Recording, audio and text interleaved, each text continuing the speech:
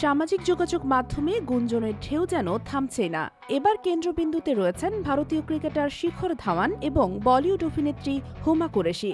গুঞ্জন রয়েছে তারা নাকি প্রেম করছেন এবং শিগগিরই গাঁটছড়া বাঁধতে চলেছেন। কিন্তু এই খবরটি আসল নাকি শুধুই সোশ্যাল মিডিয়ার সেনসেশনালিজম?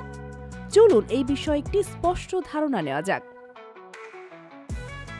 শিখর ধাওয়ানের ব্যক্তিগত জীবন দীর্ঘদিন ধরেই আলোচনায়। 2023 সালে তিনি স্ত্রী আয়েশা মুখার্জির সঙ্গে বিচ্ছেদ চূড়ান্ত করেন। এরপর থেকেই তার সম্পর্ক নিয়ে একের পর এক গুঞ্জন ওঠে। একসময় তো সাবেক ভারতীয় নারী ক্রিকেট দলের অধিনায়ক মিতালি রাজের সঙ্গে তার বিয়ের গুজব ছড়িয়ে পড়েছিল। তবে ধাওয়ান নিজে একটি টক শোতে সেই গুজব মিথ্যা বলে জানান। 2022 সালে মুক্তি পাওয়া ডাবল এক্সেল ছবিতে শিখর ধাওয়ান একটি বিশেষ চরিত্রে অভিনয় করেন। ছবির প্রধান চরিত্রে ছিলেন হুমা কুরেশি। এখান থেকেই শুরু হয় গুঞ্জনের সূত্রপাত। একসঙ্গে স্ক্রিন শেয়ার করার পর থেকেই তাদের সম্পর্ক নিয়ে জল্পনা শুরু হয়। সামাজিক যোগাযোগ মাধ্যমে ছড়িয়ে পড়া ধাওয়ান ও হুমার বেশ কয়েকটি ছবির আসল সত্য কিন্তু অন্যরকম। ভাইরাল হওয়া ছবিগুলো এআই প্রযুক্তির মাধ্যমে তৈরি। এগুলো বাস্তব নয়, বরং প্রযুক্তির কারসাজি।